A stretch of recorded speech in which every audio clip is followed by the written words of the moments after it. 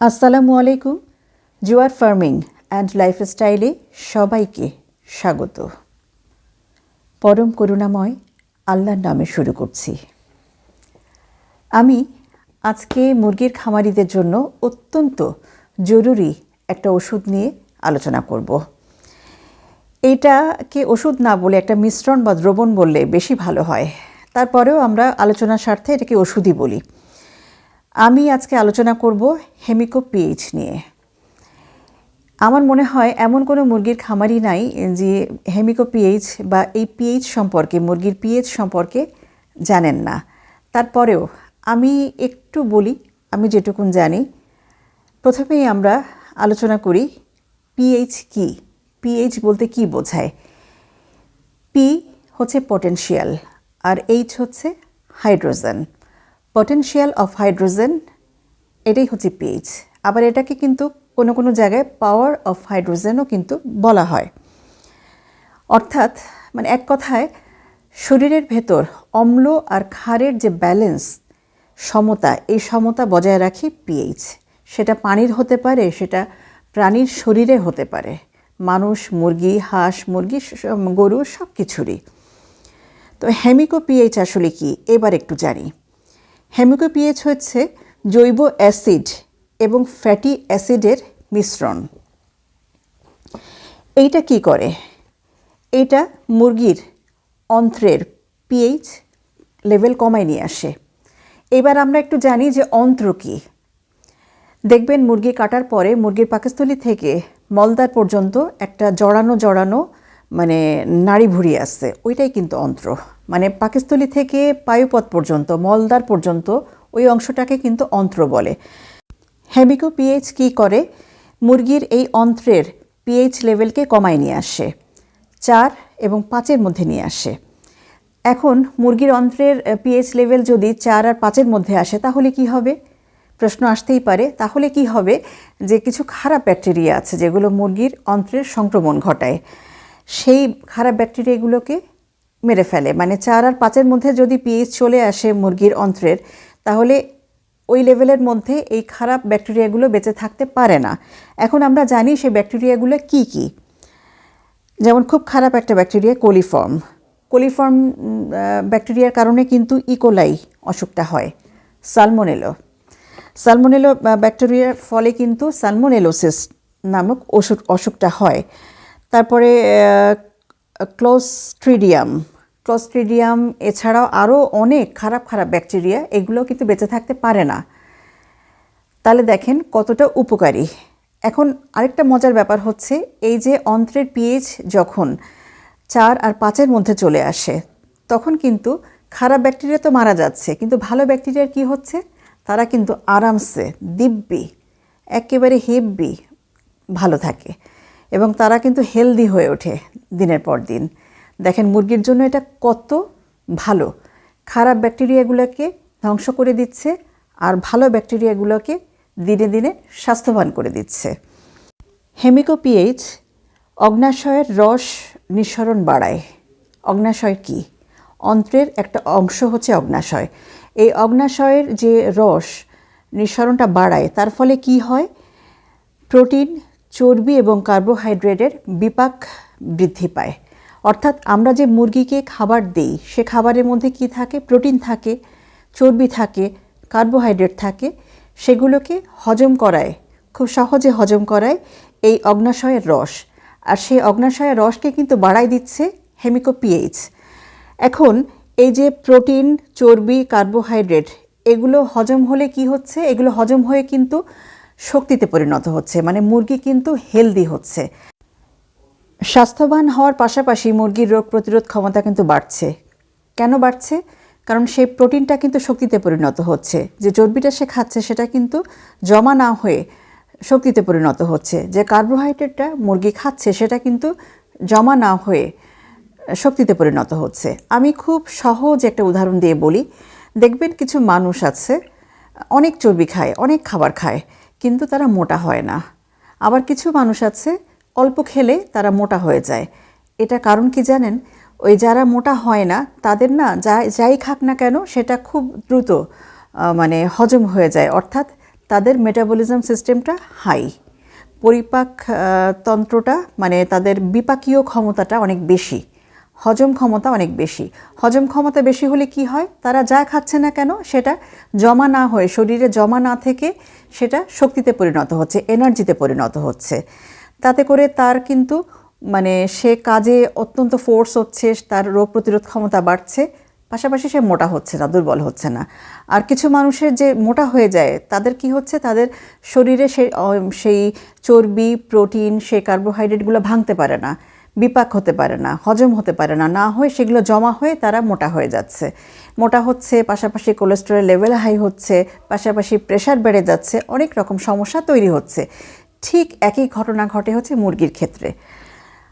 একটা জিনিস একটু খেয়াল করেন, ব্রয়লার মুরগিকে দেখবেন, ব্রয়লার যে ফিডটা দেওয়া হয় সেই ফিডের কারণে মুরগি কিন্তু দ্রুত ওজন বাড়ে। এখন যেহেতু ব্রয়লার অল্প দিনে বিক্রি করা হয় বলে এই ফিডগুলো তাদের দেওয়া হয়। আর ব্রয়লার মুরগি দেখবেন হাঁটতে পারে না, একটা সময় পরে যে আর হাঁটতে পারে না, ওকে তাড়া দিলেও হাঁটতে পারে না এবং হিট স্ট্রোক করে। তার মানে কি, তার রোগ প্রতিরোধ ক্ষমতা তো গেছেই, তার কি হচ্ছে, এনার্জি বলতে, শরীরের শক্তি বলতে কিছুই নাই, সে শুধু গায়ে মোটা হচ্ছে, তার শুধু ওজন বাড়ছে। কিন্তু দেশি মুরগি দেখবেন স্বাস্থ্যবান, চিকনা চাকনা হয়, কিন্তু দেখবেন একটু আপনি ধরতে গেলে বুঝতে পারবেন কি অবস্থাটা হয়। তো আমি আশা করছি আমি বোঝাতে পারছি। আচ্ছা, তাহলে কি হচ্ছে, এই হেমিকোপিএইচ হজমে সাহায্য করছে, শোষণে সাহায্য করছে। হেমিকোপিএইচের আরেকটা বড় কাজ হচ্ছে অ্যান্টিবায়োটিকের ফলে শরীরে যে ভালো ব্যাকটেরিয়াগুলো মারা যায় সেগুলোকে আবার পুনরুজ্জীবিত করে। অ্যান্টিবায়োটিক দিলে যেমন খারাপ ব্যাকটেরিয়াগুলো মারা যায়, পাশাপাশি অ্যান্টিবায়োটিক কিন্তু ভালো ব্যাকটেরিয়াকে মেরে ফেলে। এই কারণে অ্যান্টিবায়োটিক দিলে কিন্তু দেখবেন মানুষসহ সব প্রাণী দুর্বল হয়ে পড়ে। আর এই যে অ্যান্টিবায়োটিকের ফলে ভালো ব্যাকটেরিয়াগুলো মরে যাচ্ছে, সেই ভালো ব্যাকটেরিয়াকে আবার ফেরত নিয়ে আসে, পুনরুজ্জীবিত করে হচ্ছে হেমিকোপিএইচ। তার মানে অ্যান্টিবায়োটিক দেওয়ার পরে কিন্তু হেমিকোপিএইচ দিতে হবে। আমরা কিন্তু দেওয়া শুরু করেছি, এই কারণেই কিন্তু আমি আজকে এই রিভিউটা দিচ্ছি। হেমিকোপিএইচের একটা বড় কাজ হচ্ছে অন্ত্র থেকে যে খনিজ পদার্থ সেটা শোষণে সাহায্য করে। আমরা যে ভিটামিন মিনারেলস দেই, খনিজ পদার্থ কি, মিনারেলস, এই ভিটামিন মিনারেলসগুলো দিচ্ছি, এই মিনারেলসটাকে শোষণে সাহায্য করে। মিনারেলস কিন্তু ভীষণভাবে, এই খনিজ পদার্থগুলো ভীষণ দরকার, কিন্তু আপনি মুরগিকে দিচ্ছেন সে হজম করতে পারছে না। তাহলে কি হচ্ছে, তাহলে কিডনিতে এফেক্ট করছে, তার লিভারে এফেক্ট করছে, হিতে বিপরীত হচ্ছে। আমরা ভালোর জন্য ভিটামিন দিচ্ছি, খনিজ পদার্থ দিচ্ছি, মিনারেলস দিচ্ছি, কিন্তু হিতে বিপরীত হচ্ছে। এই পিএইচ কী করে, সে খনিজ পদার্থগুলোকে শোষণে বা মানে হজমে সাহায্য করে। তাতে করে হচ্ছে কি মুরগি কিন্তু শক্তিশালী হচ্ছে। আরেকটা হচ্ছে কি, এই যে আমি যেটা বললাম যে মুরগির শরীরে উপকারী ব্যাকটেরিয়া বেঁচে থাকে, এই ব্যাকটেরিয়ার স্থিতিশীলতা বজায় রাখে। মানে ব্যাকটেরিয়া শুধু বেঁচে থাকে না, এইটা যেন বেঁচে থাকে সে ব্যবস্থাও তৈরি করে দেয়, অর্থাৎ অনেক দিন পর্যন্ত ভালো থাকে এই ব্যাকটেরিয়াগুলো। আর একটা খুব বড় পয়েন্ট হচ্ছে হেমিকোপিএইচ মুরগির রোগ প্রতিরোধ ক্ষমতা বৃদ্ধি করে। এবার চলে আসি হেমিকোপিএইচ মুরগির শরীরে কি কি সমস্যা হলে সে সমস্যা সমাধানের জন্য সরাসরি কাজ করে। এক নম্বরে বলবো সবুজ বা চুনা পায়খানা বা পায়খানাজনিত যে কোনো সমস্যার সমাধান হিসাবে খুবই ভালো কাজ করে এই হেমিকোপিএইচ। 2 নম্বরে বলবো হাঁস মুরগি ভালোভাবে হাঁটতে না পারলে বা পাখা ঝুলে গেলে তা নিরাময়ে ভীষণভাবে কাজ করে হেমিকোপিএইচ। 3 নম্বরে কি বলবো, নিয়মিত বা অনিয়মিত বমি দূর করে। দেখবেন আপনার মুরগি মাঝে মাঝে বমি করছে, এই বমিটা দূর করে হেমিকোপিএইচ। 4 নম্বরে কি বলবো, খাবার রুচি বাড়ায়।